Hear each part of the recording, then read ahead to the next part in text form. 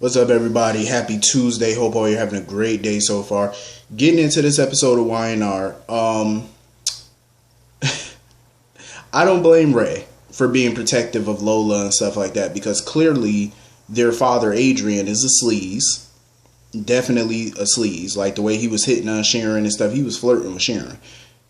And, he seems like a grifter because now all of a sudden you want to be around Lola and stuff, but you abandoned your family, though. And now when she's marrying into a wealthy family, now you want to pop up and be all up in her life and get to know her more and get out of here. I would believe that if it was under different circumstances, but it's convenient that you want to be at her wedding and pop up when you find out she's marrying an Abbott, heir to a $1 billion company, a multi-million, billion-dollar corporation. Like, of course you want to be a part of her life. And Ray is seeing right through the BS. He knows it's all smoke and mirrors. He's just trying to get in good with Lola so he can, he can get in good with the Abbotts. Yeah, exactly. That's all this is about. It's a con. And Celeste wasn't feeling him either because she felt like Adrian's never going to change. He's, she feels he's a good guy, but as far as being a family man, he's not that. And he never will be. Leopards usually never change their spots, which is true.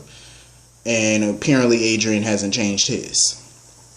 I really want to know what they're doing with the Ray character. Now that he's not with Sharon and stuff, like, where do you go with him? Because I feel like now that him and Sharon ain't together, it's kind of like he's floating around, basically. I mean, he got his job back. He does have Lola and stuff like that, but he needs something to keep him on the canvas long term. Having a sister in town and working for the GCPD, that's not enough to keep you around. So what are they going to do? Like, they have to have him do something other than being everybody's business and playing the protector. Listen, I'm happy for Lola and Kyle that they got married without a hitch, without too many problems or whatever. But I do feel like Kyle needs to be honest with Lola and tell her about Zoe. Like, be honest with her, because you don't want her to find out from Theo. You don't want her to find out from Zoe herself. You don't want her to find out that way. And with Zoe and Theo being in town, y'all might be on a blissful honeymoon now, but what you gonna do when y'all come back to town? Because either one of them could blow up your whole spot and tell her the truth. So it's best while you're on your honeymoon and away from everybody that you can just tell her so that way she know. You know what I mean? Like, Kyle is just a fool. Their honeymoon was getting on my nerves, though. Their honeymoon was a little aggravating because you're on your honeymoon. Y'all should be doing what newlyweds do, enjoying the ambiance, enjoying the place that you're at, whatever resort that you're at, you should be enjoying it. Instead, they rather sit around and talk about Theo and Zoe crashing the wedding and her father crashing the wedding. Like, why do y'all want to talk about that? It's your honeymoon. Like, the point of a honeymoon and a vacation, period, is to get away from your troubles at home and relax, enjoy each other, enjoy the vibes, like the view. You know what I mean? And you're worried about what's going on back home and all the drama. That makes for a very dull honeymoon, I'm just saying. Like, if I'm on vacation, you think I'm worried about what's going on back home? No. I will worry about that when I get home. I'm not worried about that on no vacation or honeymoon or nothing. No. Hell no. Especially not on no honeymoon. The last thing I want to think about is other people on my honeymoon. I'm just saying. That's the furthest from my mind. So I don't know why they sitting there talking about it. I was like, I would have just let that go. Plain and simple. I don't trust Zoe. I definitely don't trust Theo. They're up to something. And Zoe comes over and try to make nice with Summer and talk to Summer. Oh, I hope we can be friends and hang out. Be friends. She don't even know you. She know of you, but she don't know you. And Summer was not feeling that conversation. She was intrigued by it, but she definitely wasn't feeling no kumbaya. She wasn't feeling none of that. That's why she wanted to hurry up and get on up out of there. And Theo sitting there walking arm in arm with Zoe and stuff. Theo is like a bitter ex. I swear, he really is. He just seems like such a bitter person. Like, you're mad because he's sitting there talking about, oh, Kyle changed. He think Kyle acting a little uppity and sedity and snooty, but that's not what it is. He thinks Kyle's acting perfect. No, it's called evolving. That's what Kyle has done since he left New York. He's evolved. It's called growing up. you're mad because he wants to be more settled in life. There's nothing wrong with that. Just because Theo wants to run around and party every day, all day, and there's nothing wrong with that. If that's the lifestyle you want, have at it.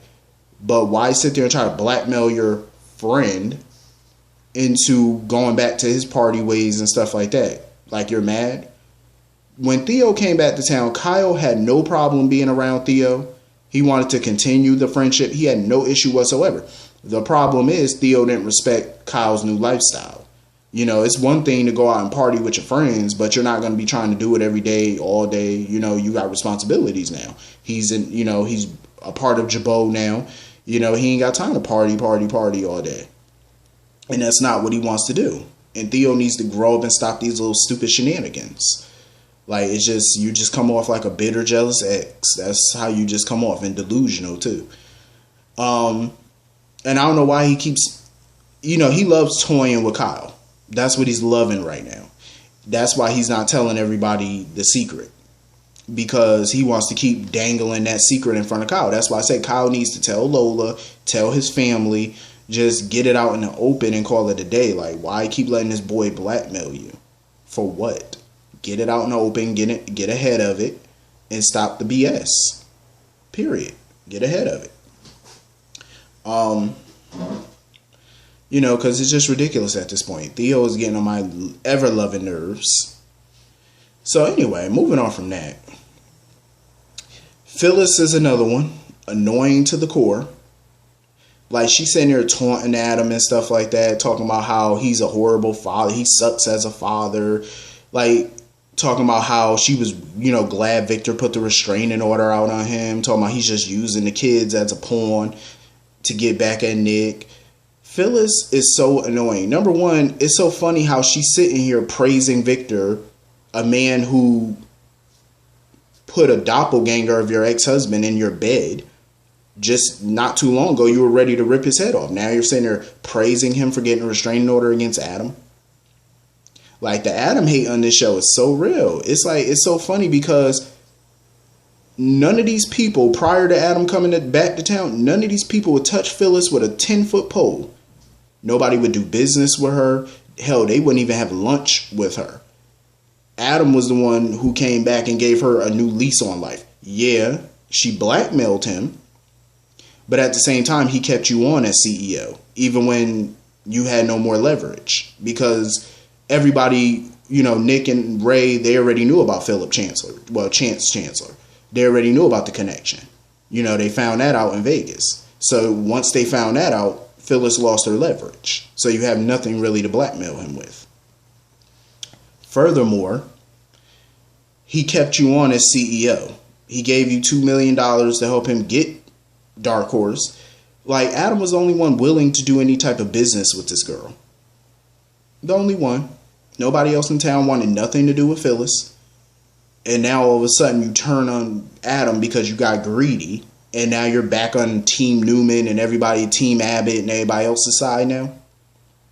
And those people still won't come near you. Those people still don't respect you and like you. So why are you praising them?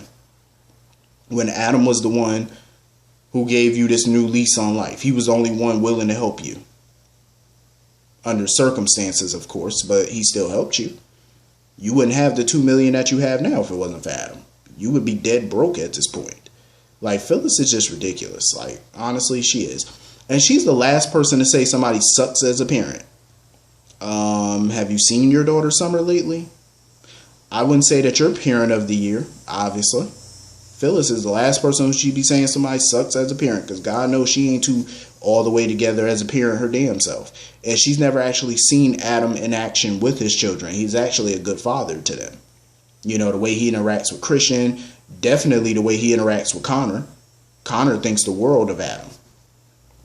So, again, Phyllis is wrong as usual.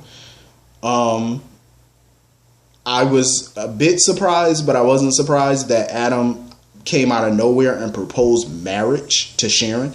Sharon was surprised, but you could tell she was contemplating it. She was thinking about it. My word of advice to Sharon, do not say yes. Do not marry him. No. Adam, what are you doing? I think him marrying Sharon is not only a manipulation, it's a part of his plan. It has something to do with either his custody or getting back at Nick or all the above. Because if you think about it, when you get married, your custody chances actually goes up. Because now you're a two-parent home. You know what I'm saying? So the chances go up. Adam is definitely manipulating Sharon. Definitely. Ain't no question about it.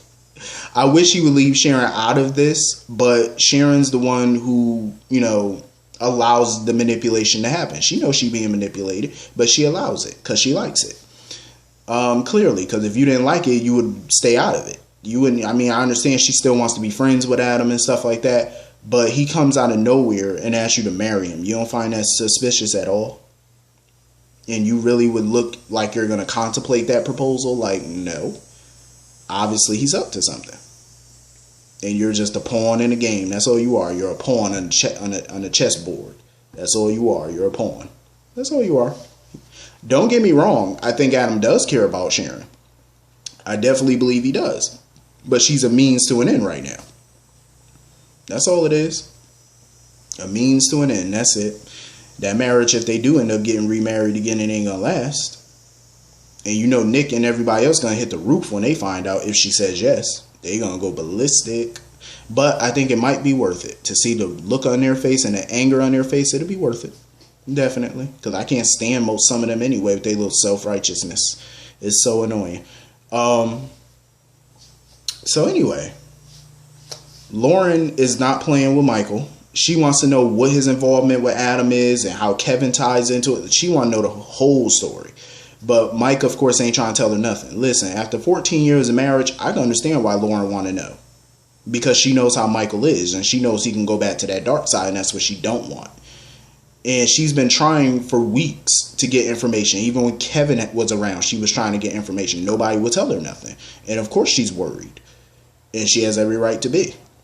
But, Michael was giving her little snippets of what's going on. Basically, he's trying to use his newfound position as district attorney to take Adam down. Because he feels like Adam has committed crime since he's been back in town, but he just can't prove it. So he definitely wants to use his position, but at least Michael is trying to be smart about it and sneaky because he knows Adam is not the type of enemy that you want to make. And he knows that. Because just like Victor, Adam can get some stuff done too. He could manipulate, he could bribe, pay off whoever he got to, and Michael knows it. He knows how deadly Adam can be, so he got to tread lightly on this. And he doesn't want to tell Lauren anything because obviously he wants her to have complete deniability about things, in case, they're doing illegal things and the cops come knocking. Of course, I get it. But this was a pretty cool episode, though. I somewhat enjoyed it. Hit the comment section and let me know what y'all thought about today's episode. I will see you all later. Peace.